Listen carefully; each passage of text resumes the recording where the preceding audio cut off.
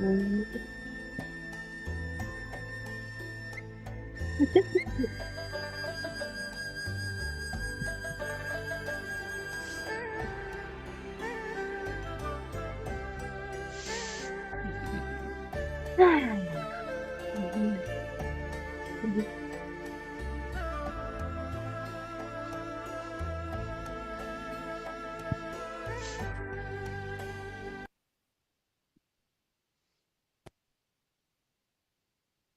Oh, it's very nice to see you. Feels like it's been a while. Maybe more than a month. Feels like it anyway. Yeah, nice to see you. Thank Looking you. forward to reading The Way of the Bodhisattva again. All right. So as far as I can remember, I think you probably have a better memory than I have. We're on the chapter called Wisdom. And as Right. far as I can remember, you say what you remember, but I seem to remember that he's speaking about like what's beyond this world. Like it's a very, I don't, it's not really the right words, but like it's like a high wisdom. It's true wisdom, really, to have any insights about that. And of course, it affects our way of seemingly being in the world.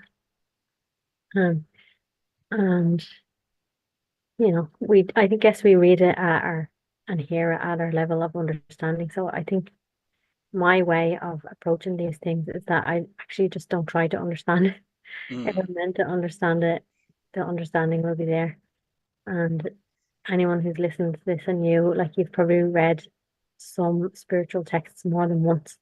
And you read it and maybe it seems like you understand it or understand parts of it, and then you read it again, maybe a year later or 2 years later, and it's totally different.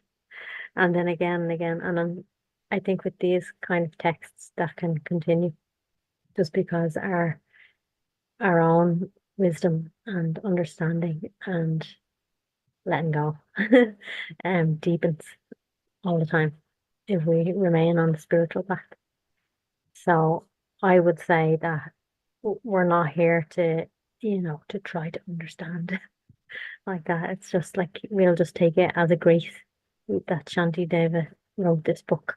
And it seems like he wrote it from a very deep understanding in himself of the ultimate nature of reality, I'd say. Um, so that's like what do you call it? What's that word? Like you're getting yourself off the hook.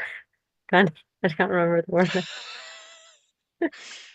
um, Or if I read a verse that I don't understand, that's my way to get off the hook. well, you're saying there's no need to try to drag these verses through your mind. Yeah, really, that's Mm, it.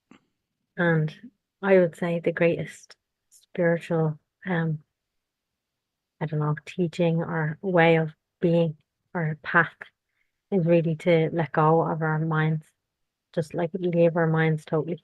And it's something that we can do in a moment. But we have to do it moment to moment to moment because somehow it's a habit in when we have this human body to pick up the mind again and again and again and again. Um, so yeah, just as much as possible, as much as we can leave the mind, I feel like that's enough. So we don't really need all these millions of texts, thousands of words from wisdom. I think they're great and they do help us because we're kind of identified and stuck in the mind. But really, if we were able to just let go of the mind, that'd be enough. mm. So there's no quiz at the. Not gonna be a quiz at the end. Well, Okay. it might be. We'll see. You never know what's gonna happen. Can't guarantee anything. Oh, beautiful. Though. So I have this electronically, and the book opened for me to verse 84, 85, 86, but we might not be exactly there. Maybe you've marked it. No, I've marked a page or verse 148, so I think the Okay. 84 one was the last time. Okay. But I trust this page because I haven't been reading it on my own. Smartphone.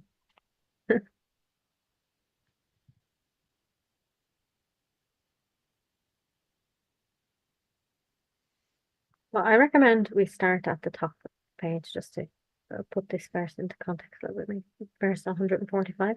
We start there. Great. Do you feel like reading or shall I? I can start. Sure.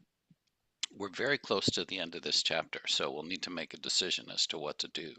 Mhm. But we can leave that for the when the time comes. So, verse 145.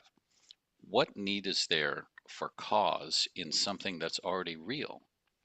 But then, what need is there for cause in something that does not exist?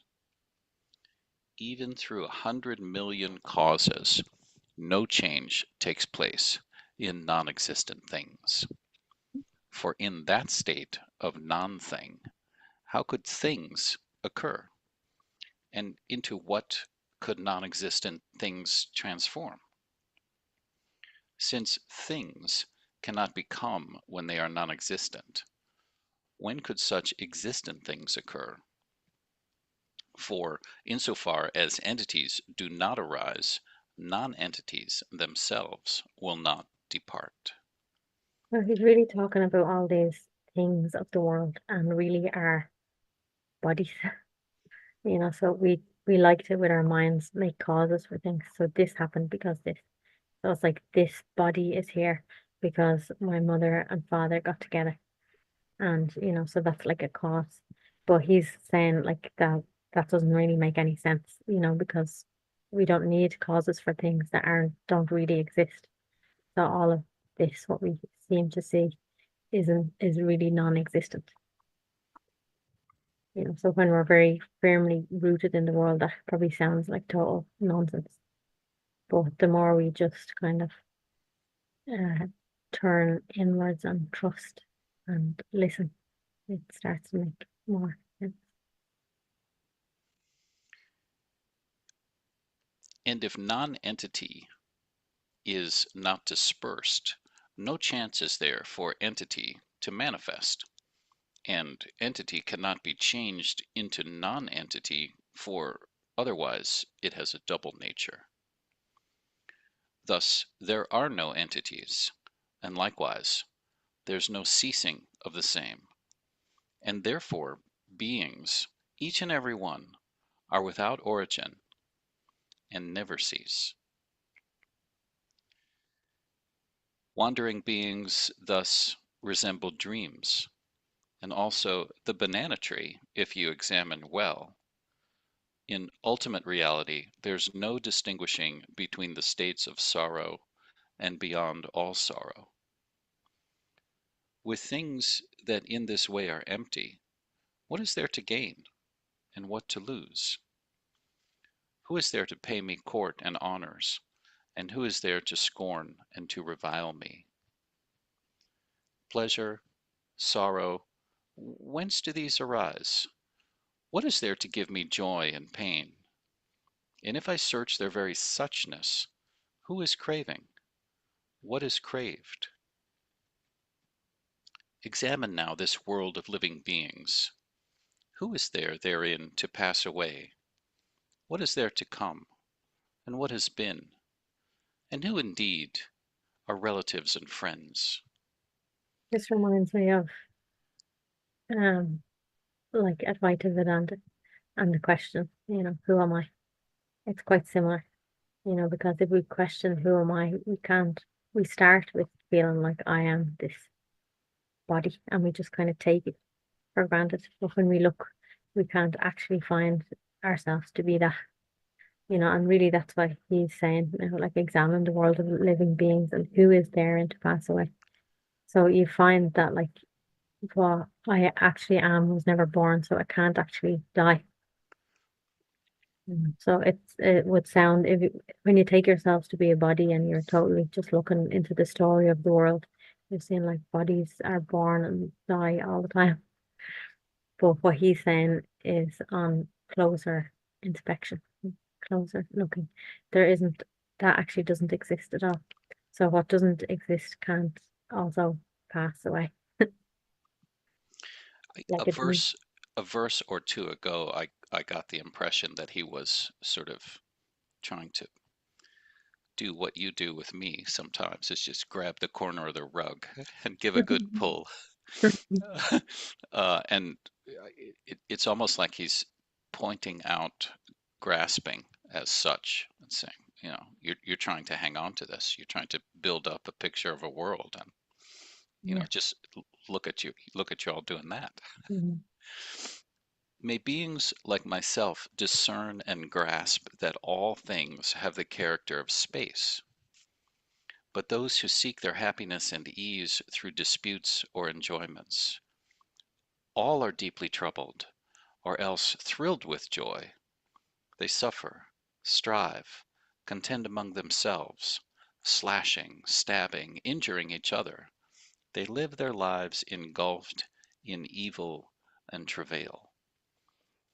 From time to time they surface in the states of bliss, abandoning themselves to many pleasures, but dying, down they fall to suffer torment, long, unbearable, in realms of sorrow. Many are the chasms and abysses of existence, where the truth of suchness is not found. All is contradiction, all denial. Suchness in this world is not like this. I need to hear if you can say anything else about suchness. When I hear that, I could be totally wrong, but when I hear that, I just hear like that anything that you can imagine, anything that you're really getting into. There's loads of people interested in different types of ways of looking at the world. And all of them are really imagination and reality, really like that, like how it really is. Which like suchness for me is that like it's like suchness. I'm not sure, but that's how it's taken. I I I remember being struck just in my 20s by a verse from another poem, and I've looked and have never been able to find it again, which is Mhm. amazing.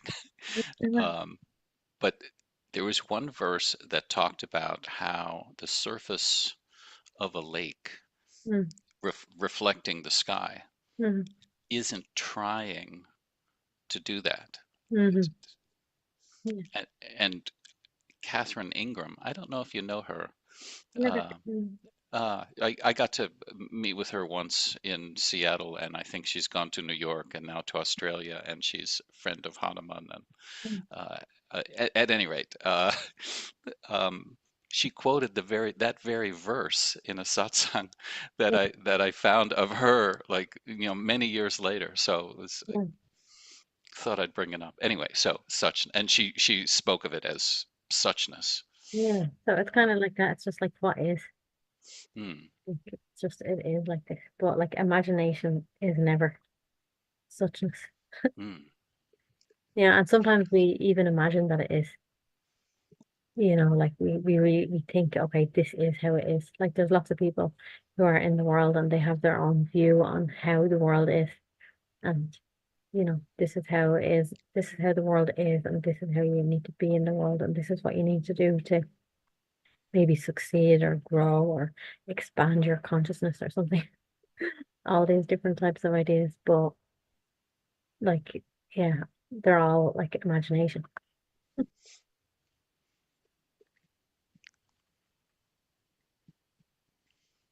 I feel like if I say something, I'll be adding on to it. I want to just leave it as is. Here, exceeding all description, is the shoreless sea of pain unbearable. Here it is that strength is low, and lives are flickering and brief. All activities for sake of life and health, relief of hunger and of weariness, time consumed in sleep, all accident and injury, and sterile friendships with the childish. Thus life passes quickly, meaningless. True discernment, hard it is to have. How therefore shall we ever find the means to curb the futile wanderings of the mind? Further, evil forces work and strain to cast us down into the states of woe. Manifold are false, deceptive trails, and it is hard to dissipate our doubts. Hard it is to find again this state of freedom, harder yet to come upon enlightened teachers, hard indeed to turn aside the torrent of defilement. Alas, our sorrows fall in endless streams. Alas indeed, that living beings carried on the flood of bitter pain, however terrible their plight may be, do not perceive they suffer so. They are like those who bathe themselves repeatedly, and then proceed to scorch themselves with fire. They suffer greatly in this way, yet here they stay, proclaiming loud their bliss. Likewise, there are some who live and act as though old age and death will never come to them. But first they're slain, and then there comes the dreadful fall into the states of loss. When shall I be able to allay and quench the dreadful heat of suffering's blazing fires, with plenteous rains of my own bliss, that pour torrential from my clouds of merit? My wealth of merit gathered in, with reverence but without conceptual target, when shall I reveal this truth of emptiness to those who go to ruin through belief in real existence? You just did. Like, when shall I reveal this truth of emptiness? He's just been doing it like this whole chapter. Like, if you take yourself to be a body, mind, character in the world, it's like, I feel like this is what you're saying. If you take yourself to be that, it's like, it's very hard. It's like, it's just like sorrow after sorrow. It's so hard, to do all these things you're supposed to do, even to find the right type of teacher, all these things. But actually, it's really, I don't know how to put it, but if you listen really to what he's saying, that like you're actually not a body mind person at all, then I don't know if I'm adding this or not, but then it's not like so hard, really, because it's not so hard because it's already done. Really, like it's more like just like that you continue recognizing what you really are. So it's only not done when you're believing the false thing, and then it's done immediately, like straight away. So which is always there all the time. Like it's really truly always done. I don't know how to say it. It, I it, don't know. it sounds like you're calling for discernment, Yeah. and I'm just looking for the mention And here. I don't know if he said how, yeah, like true discernment, hard it is to have. But how can we even have that discernment in the Yeah, first place? And that's verse 160. True discernment, hard it is to have. Exactly. the hard question on it is a good question. Like if you don't have discernment, well, I think it comes from, like, I think that question, who am I, is really wonderful because discernment really comes and grows in us when we have a conscious recognition of who we truly are, like that we're not really a body mind. And then maybe the fire in us can grow. And the fire means that kind of yearning or something, maybe like yearning to just remain as the truth and remain at home and remain free from suffering because that's what we recognize, that is our reality and our truth. And then we look around and imagine that we're in this world. And as long as we believe we're in this world, there is suffering. Mm. Mm. So even when we really know, that really we're not in this world, but it still seems like we are, there could be still suffering, like for the body. But we just don't have to, it doesn't have to deeply affect us. And there is still suffering, like probably like I'm thinking like Jesus suffered, in a way, in a certain way, like his humanity, his human aspect suffered. So our human aspect is probably always going to suffer, but it's okay. It's not, it's okay. It's very like because it's not really reality. And even though, yeah, experientially it might not feel great to suffer, there's something way beyond suffering. And that's what is, even when we just get tiny little pinpoint glimpse of it, it's so like fantastic and amazing and uh I don't know, like so much love that tiny little pinprick of light that comes through, like a tiny little, like that's enough to be way better than like all the suffering of the world and to like inspire us to aim and try at least to remain there best as we can. So I think discernment comes like true discernment might be hard if you don't have that. But you see, you can't really say one person has it and one person doesn't have it as well because you can just have it if you want it because it is our true nature. It's not like one person doesn't have their true nature. Like everyone has their true nature. One person maybe has looked and recognized their true nature and one person hasn't. And that's the only seeming difference. And that's can be like a huge world of difference, because it makes such a difference to consciously have any recognition or inclination towards your true nature. Like it's huge, huge, huge, huge, huge. Mhm. The thought that came was discernment is your true nature calling to itself, maybe. Yeah, you're good at things and towards. Yeah, yeah, and discernment, it's like it's not really something that the mind does, I don't think. Really, it's not like a mind thing. It's more like, just kind of sense of where it's going, like it's like truth correcting itself Hmm. or something, because of course there's nothing that isn't truth.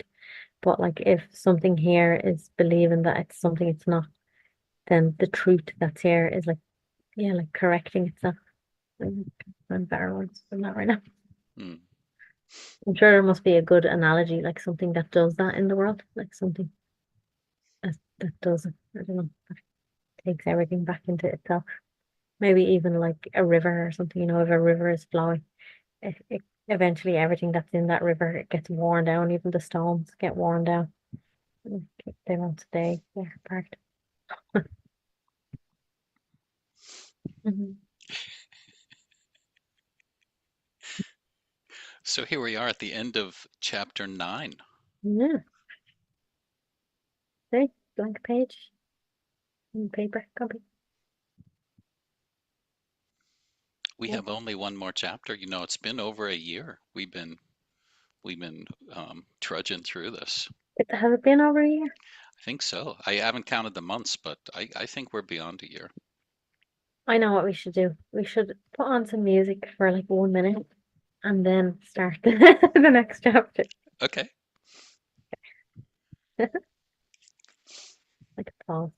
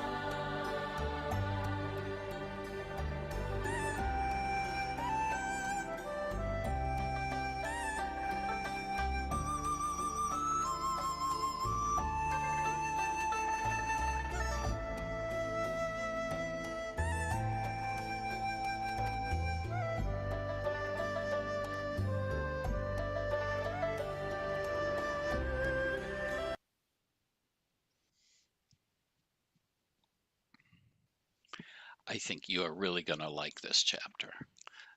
I took a peek at the first few verses, and there's a word in there I think is really going to tickle Amba. So, Right. but to set the stage, this book is 500 years old, and Shantideva was to have become a king. Mhm. He rejected that and went to a monastery instead, where the other monks thought he was really lazy. Mhm. And this Way of the Bodhisattva is sort of a handbook or notes that he wrote for himself. So here we are at the very end, and this chapter is called Dedication. When you said that, like all the other monks thought he was very lazy.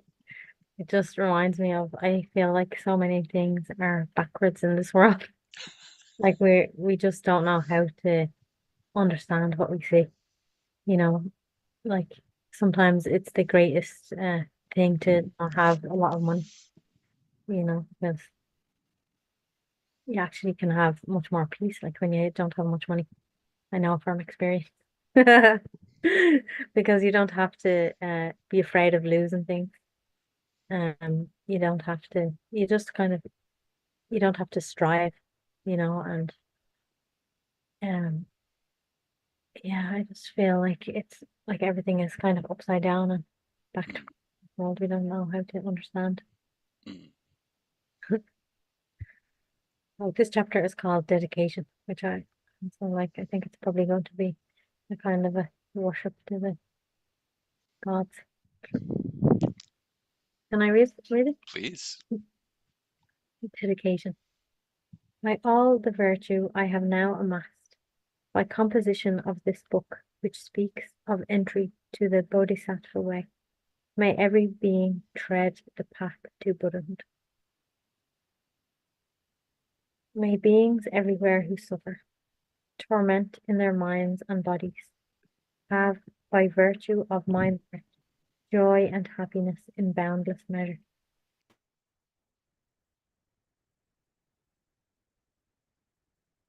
As long as they may linger in samsara, may their joy be undiminished. May they taste of unsurpassed beatitude in constant and unbroken continuity. And of this, he's given it to us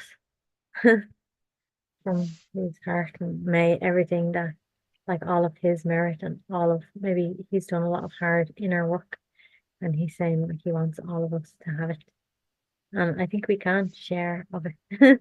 We're sharing of it by just reading his words. And I feel like when you read anyone's words who's written a book or something, you kind of tune into their energy and their energy field. And he's sharing it with us. So just if we want to and if we're open to accepting it. So I hear do. So when we accept. Beautiful. The gift is in the giving. Now, eh? Mm. Throughout the spheres and reaches of the world, in hellish states as many as there are, may beings who abide there taste the bliss and peace of Sukhavati.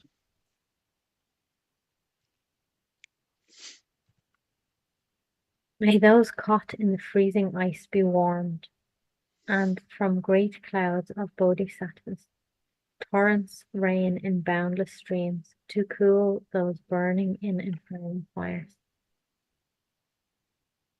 May forests where the leaves are blades and swords become sweet groves and pleasant woodland glades, and may the trees of miracles appear, supplanting those upon the hill of Shalmali. And may the very pits of hell be sweet, with fragrant pools all perfumed with scent of lotuses, and lovely with the cries of swan and goose, and waterfowl so pleasing to the ear. May fiery coals turn into heaps of jewels, the burning ground become an even crystal floor. May crushing hills become sublime abodes, offering temples, dwellings of the Buddhas. In a way, this is also a teaching, even though he's not presenting it as a teaching, because he's like offering all like goodness and bliss, like, and may it be everywhere. Like, deep in the depths of hell, and like if everything is terrible, may it be transformed into sweetness. So like that's his state, you know. So in a way, it's a teaching for us to be like that as well, and to wish the world good, because really he's benefiting from this. He's the one, like that's his love is pouring out. So in a way, even though a lot of it is kind of like written like as if it's a teaching and he's telling us how to and what to do, you know, to live as a bodhisattva. But this is also very much the same, and um very much the same for us, like to inspire us to be like that. And anytime we have something good, like to not keep it for ourselves and to give it, and even like to wish good upon others, and even people who do bad to us, like to bless them and wish them good and wish them that they're not feeling bad. And Beautiful. may the hail of weapons, lava, fiery stones become henceforth a rain of flowers, and all the mutual woundings with sharp blades be now a rain of flowers thrown in play, and those engulfed in fiery Vaitarani, their flesh destroyed, their bones bleached white as kunda flowers. May they, through all my merit strength, have godlike forms and sport with goddesses in Mandakini's peaceful streams. What fear is it, they'll ask, that grips the henchmen of the deadly lord, the frightful vultures and the carrion crows? What noble strength is it that brings us joy and drives away our dreadful night? And looking skyward, they will see the shining form of Vajrapani. Then may their sins be quenched in joy, and may they go to him. And when they see the seething lava flood of hell, extinguished in a rain of blossoms, drenched in fragrant streams, at once fulfilled in bliss, they'll ask, how can this be? May then the denizens of hell behold the one who holds the lotus. Friends, throw away your fears and quickly gather here. For who is it who comes to us to banish dread, this gleaming youth with bound up hair? This loving bodhisattva, saving and protecting every being, whose power relieves all pain, bestowing joy. Behold the 100 gods who lay their crowns before his lotus feet. The rain of flowers that falls upon his head, his eyes moist with compassion. The splendor of his house that echoes praises of 1,000 goddesses. May those in hell thus cry on seeing Manjukosha. And likewise, through my roots of virtue, seeing bodhisattvas like Samantavada, free from stain, those clouds of bliss all laden with a cooling scented rain, may all those languishing in hell come now to perfect joy. And may the stooping animals be freed from fear of being preyed upon, each other's food, and may the famished spirits have such joy as those who dwell within the northern continent, and may they be replete and satisfied by streams of milk that pour from noble Lord Avalokita's hand, and bathing in it, may they be refreshed and cooled. And may the blind receive their sight, and may the deaf begin to hear, and women near their time bring forth, like Maya Devi, free from all travail. And may the naked now be clothed, and all the hungry eat their fill, and may those parched with thirst receive pure waters and delicious drink. May the poor and destitute find wealth, the haggard and the careworn joy. May those now in despair be whole in mind, endowed with sterling constancy. May every being ailing with disease be freed at once from every malady. May every sickness that afflicts the living be wholly and forever absent from the world. May those who go in dread have no more fear. May captives be unchained and now set free, and may the weak receive their strength. May living beings help each other in kindness. May travelers upon the road find happiness no matter where they go, and may they gain, without the need of toil, the goals on which they set their hearts. May those who put to sea in boat or ship attain the ports that they desire, and may they safely come to shore and sweet reunion with their kith and kin. May those who lose their way and wander in the wild find fellow travellers, and safe from threat of thieves and savage beasts, may they be tireless and their journey light. May children and the aged and all those without protection, wandering in the fearful pathless wastes, who fall asleep unconscious of their peril, have pure celestial beings as their guardians. May all be freed from states of bondage. May they be possessed of wisdom, faith, and love, with perfect sustenance and conduct. May they always have remembrance of their former lives. May everyone have unrestricted wealth, just like the treasury of space. Enjoy it according to their wish, without a trace of harm or enmity. May beings destitute of splendor be magnificent and bright, and those who suffer from deformity acquire great beauty and perfection. May all the women of the world attain the strength of masculinity, and may the lowly come to excel, the proud and haughty lose their arrogance, and thus by all the merit I have gained, may every being, leaving none aside, abandon all their evil ways, embracing goodness now and evermore.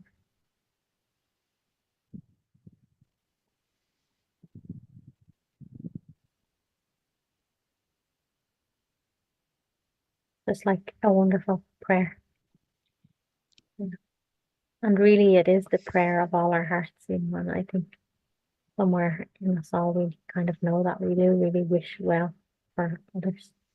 And he's kind of being poetic and speaking in a way that a human mind can understand. But really, he's wishing the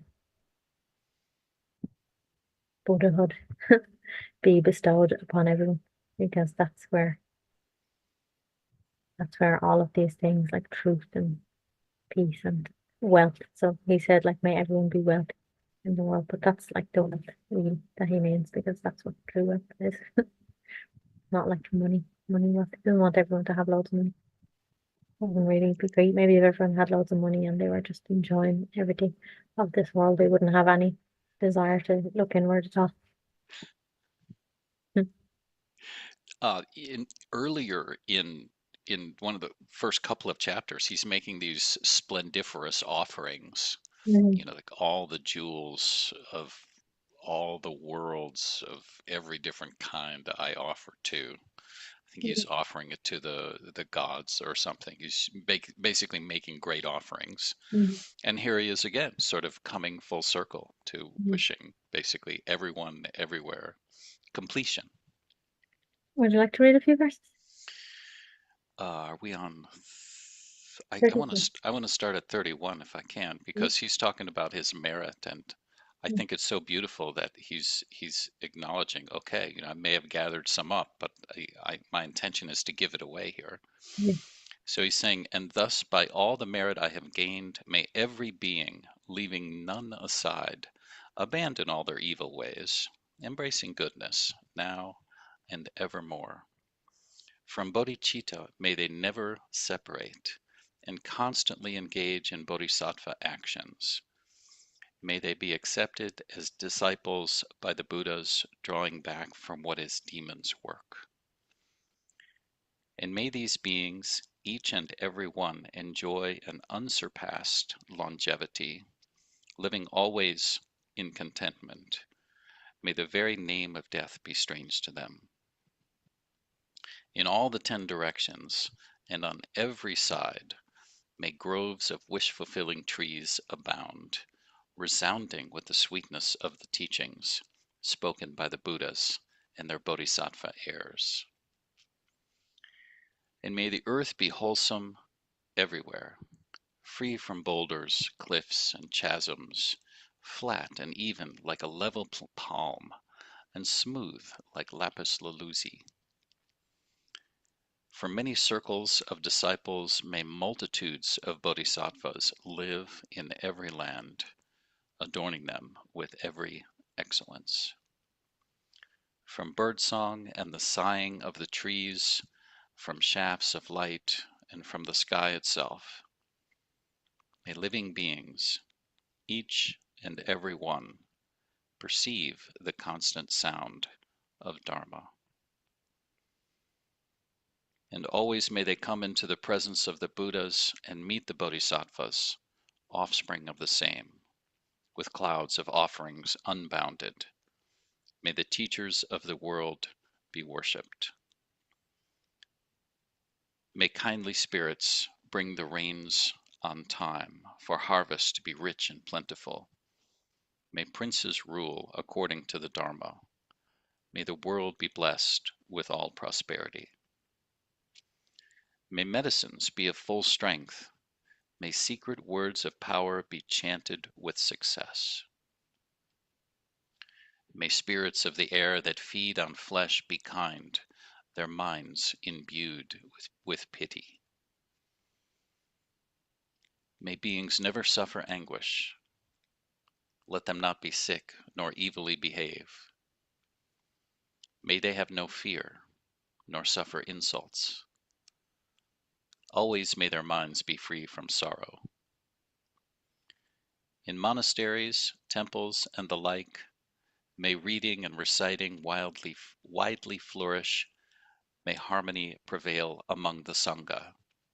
May its purposes be all fulfilled. May ordained monks, intent upon the practice, find perfect places for retreat in solitude, abandon every vagrant thought, and meditate with trained and serviceable minds. May nuns have all their wants supplied. May quarreling and spite be strange to them. Let all who have embraced monastic life uphold a pure and unimpaired observance. May those who break their discipline repent, and always may they strive to cleanse away their faults, and thus may they acquire a fortunate rebirth, wherein to practice stainless discipline. May wise and learned beings be revered, and always be sustained by alms. May they be pure in mind, and may their fame spread far and wide. This is so pleasant to read this. Yeah. Mhm. So you're representing, the entire world here. Good job.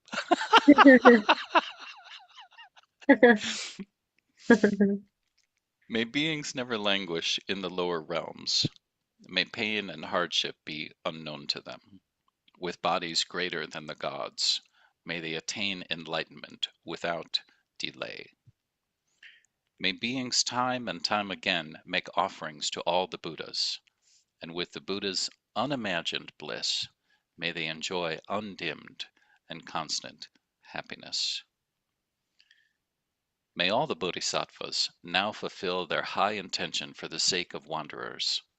May sentient beings now obtain all that their guardians wish for them. And may the hearers and pratyeka Buddhas gain their perfect happiness. Until, through Manjughosha's perfect kindness, I attain the ground of perfect joy, may I remember all my lives and enter into the monastic state. Thus may I abide sustained by simple, ordinary fare, and in every life obtain a dwelling place in perfect solitude. Whenever I desire to gaze on him or put to him the slightest question, may I behold with unobstructed sight my own protector, Manjughosha. to satisfy the needs of beings dwelling in the 10 directions to the margins in the sky. May I reflect in all my deeds the perfect exploits of Manjushri. And now, as long as space endures, as long as there are beings to be found, may I continue likewise to remain to drive away the sorrows of the world. And this is, he's sort of defining what, for me, I've come to understand as what a bodhisattva is and does. He wants to, he doesn't want to leave ever. He wants to stay around to drive away the world's sorrows. And also when I hear that, it sounds like the voice of like the Holy Spirit, Hmm. like that in a different tradition, let's say. Mhm. But it really is like, and much of this, all of that praying for people to be free and happy and to always remain. It's like that's the voice and the bridge, like that will bring us home. Really. So like there has to be and there always will be this Holy Spirit, so it might come in different forms. But yeah. Do you want to read some, or are you prefer to listen? Um, sure, I'll read last few verses. The pains and sorrows of all wandering beings, may they ripen wholly on myself, and may the virtuous company of bodhisattvas always bring about the happiness of beings. May the doctrine only cure for sorrow, source of every bliss and happiness, be blessed with wealth, upheld with veneration, and throughout a vast continuance of time endure. And now to Manjughosha I prostrate, whose kindness is the wellspring of my good intent.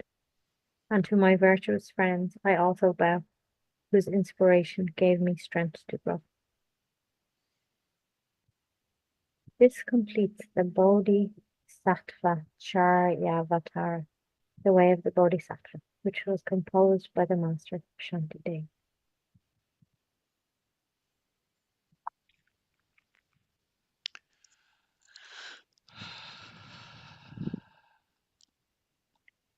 Well, my conclusion, I'm laughing because it's generally not really great to conclude, but really just like a Bodhisattva is one who is empty of themselves, empty of the idea that they are a separate being. And then really it's the opening, let's say, for I'm more inclined to be connected with like the sense of the Holy Spirit. So I think the Bodhisattva is like one in whom the Holy Spirit can act through. Or some people might say God, like so to allow God to act through you. And the way you can do that is through all of these ways that he says in the way of the Bodhisattva. But really it's being empty. So there could be a how to, like but that's what it really comes down to is like letting go of identity and letting go of thinking that I am special or important. um, and letting go of identifying with separation and just being different. And then when that's not here, then what really is here and all of that, like what he says, is actually non-existent anyway. So really when we stop imagining, when we stop imagining ourselves to be something that we're not, then we allow, it's not a great word, but we allow God to act through us, or we allow the Bodhisattva to act through us. There's different words and people will relate to different words and different traditions. None of them are right or wrong, but there's only really the one energy or God with thousands of different names. Hmm.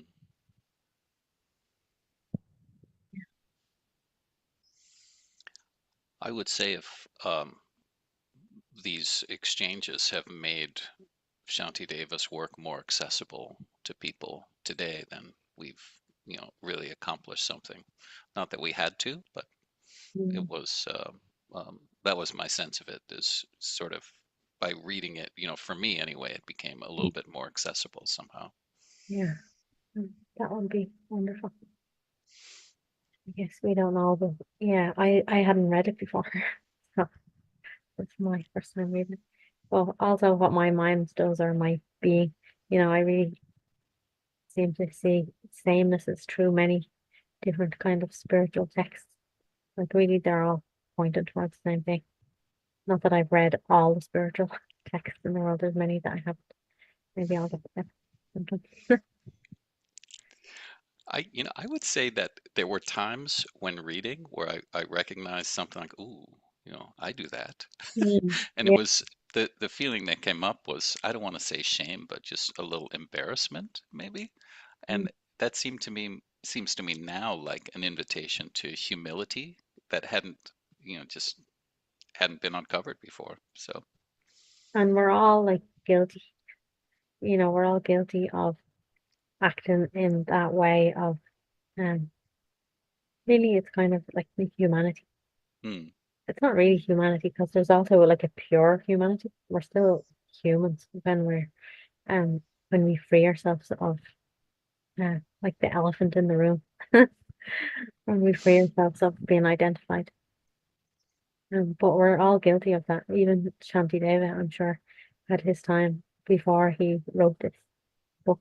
Like we're not um there's nobody really who's had a life free of I don't know, like the word is in my head, I don't really like that word, but like sin or like doing like the wrong acting in like the wrong way.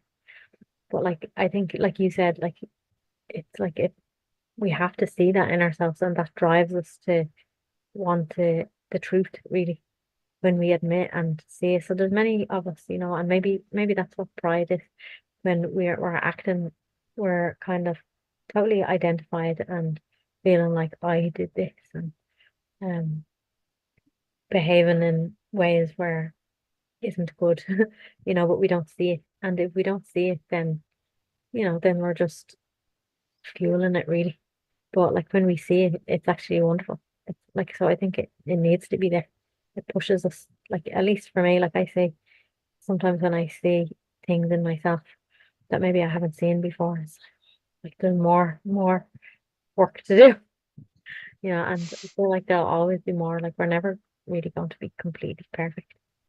Like maybe even with Shanti Deva at this, I don't know how long he lived after he wrote this, but like even to speak from such high wisdom and to have that understanding, it doesn't really mean that nothing will ever show up, or there's not like space where sometimes maybe something could happen.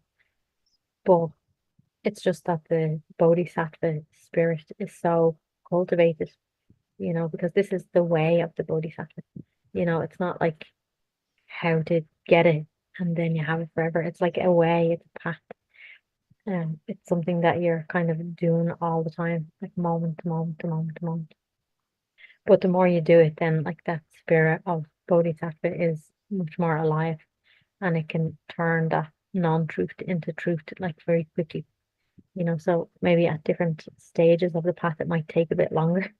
Like maybe it takes 10 years in the beginning, 10 years, or 20 years, or 50 years of like really bad behavior, let's say bad behavior to then like wake up and be like, oh God, I've been doing all these things, I've been behaving badly and now I need to start.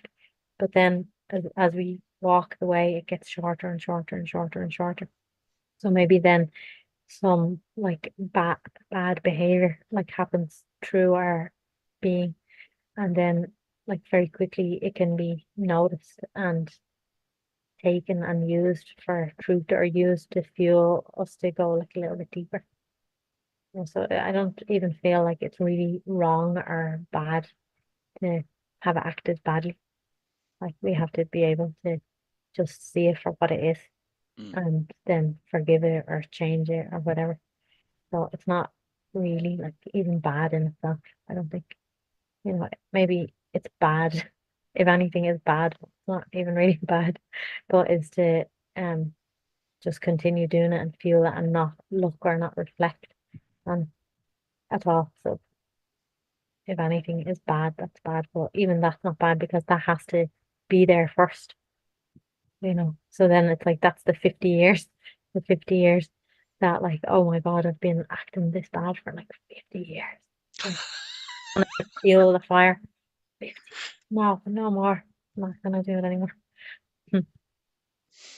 So, and it's a good thing maybe that we don't remember other lifetimes because maybe it's like been doing it for 50 lifetimes. So I feel like it's okay. Like so ultimately it's not really bad because it will bring us to the truth in the end. Like everything can be used by that spirit of the bodhisattva to flip. Yeah, that's a nice offering. What's coming up for me is as something to sort of pay attention to is thinking that I got it, thinking that I understand. Like, Yeah, like, okay, this is mine now. When, that's the falling. You know? yeah, exactly. Yeah, so we just have to keep letting go, keep letting go. And I think everyone gets caught in that, so some people might get caught in that for 50 years. Ugh. And that's unfortunate if that happens. But it probably does happen. Maybe just 50 minutes sometimes. 50 Mhm, days, 50 minutes, 50 seconds, 50 mhm, 30 seconds. Shorter the better. Um, yeah. That's why, yeah, I think it's good, like you said, like humility to continue to have humility and to really, as much as possible, to never think that we've got it, you know, or like, yeah, just like don't know. It's best to just don't know. And it's always like moment to moment to moment to moment. mhm, We don't know what the next moment's gonna be.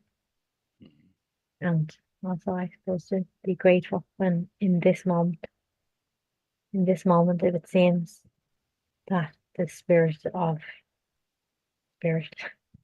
if it seems that the spirit is here, whatever name you want to give it, then we can just be grateful. We don't know, like in the next moment, it'll seem like the spirit's here. The spirit's always here. But sometimes it seems like it's not. So when it seems like it is, not really seems like that, really, it really is.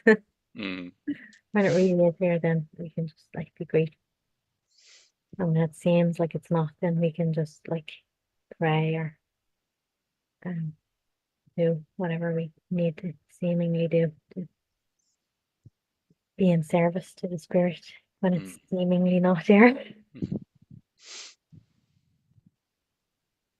I think we should put on a little bit of music. Then I'll pause the recording. Can I just? Okay, sure.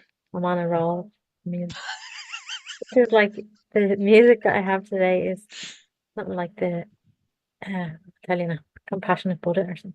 Ah, okay. Buddha of compassion mantra. Or something. The great compassion mantra. It Mhm. sounds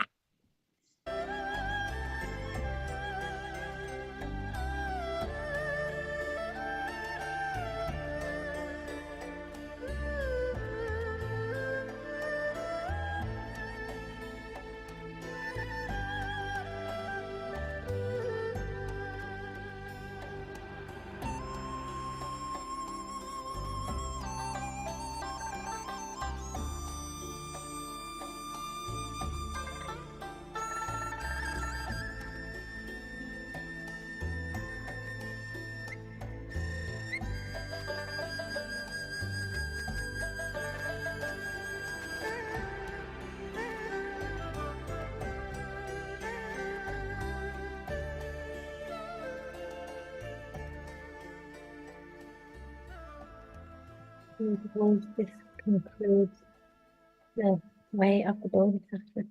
It's Steve Bloom and Amba. Goodbye.